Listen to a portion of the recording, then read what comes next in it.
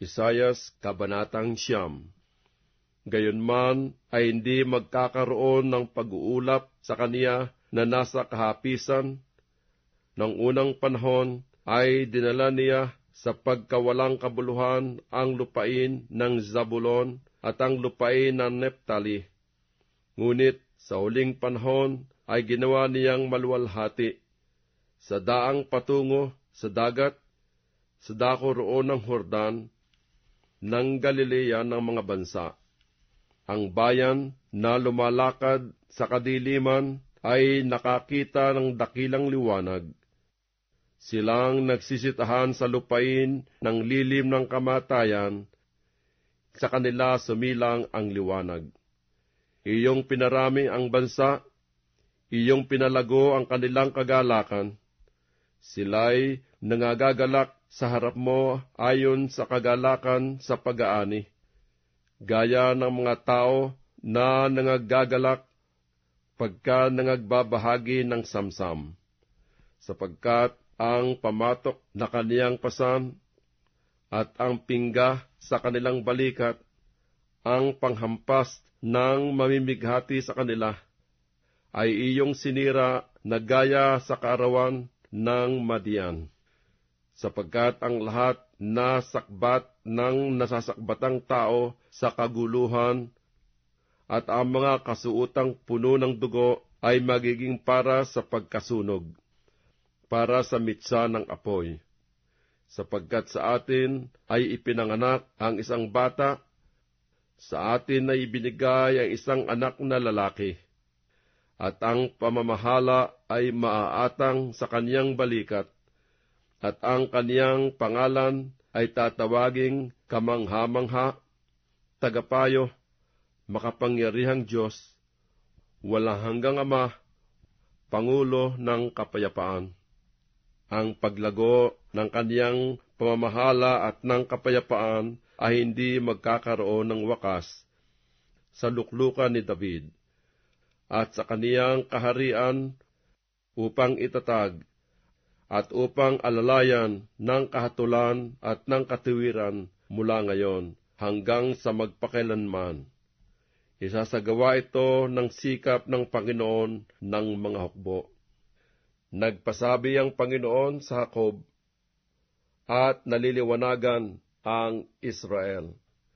At malalaman ng buong bayan ng Ephraim at ng nananahan sa Samaria na nagsasabi sa kapalaluan at sa pagmamatigas ng ulo.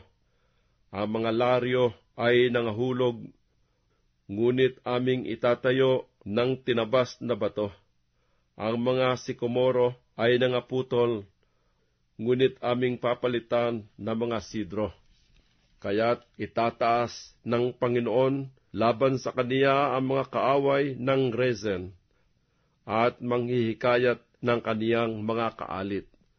Ang mga taga-Syria sa unahan at ang mga Filisteo sa likuran, at kanilang lalamunin ang Israel ng bukang bibig. Sa lahat na ito ng kaniyang galit ay hindi napawi, kundi ang kaniyang kamay ay laging nakaunat. Gayunmay, ang bayan ay hindi nagbalik loob sa kanya na sumakit sa kanila, o hinanap man nila ang Panginoon ng mga hukbo. Kaya't puputulin ng Panginoon sa Israel ang ulot buntot, ang sanga ng palma at mga tambo sa isang araw. Ang matanda at ang marangal na tao, siyang ulo, at ang propeta na nagtuturo ng mga kabulaanan, siyang buntot. Sapagkat silang nagsisipatnubay ng bayang ito ay siyang nangagliligaw, at silang pinapatnubayan ay nangapapahamak.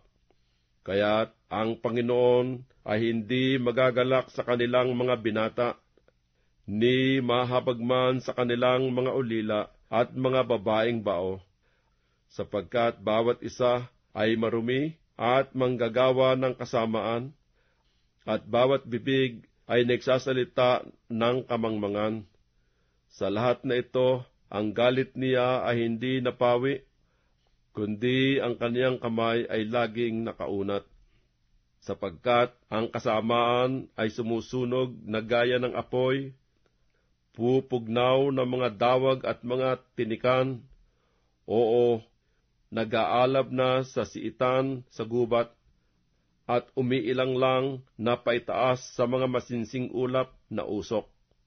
Sa puot ng Panginoon ng mga hukbo ay nasusunog ang lupain.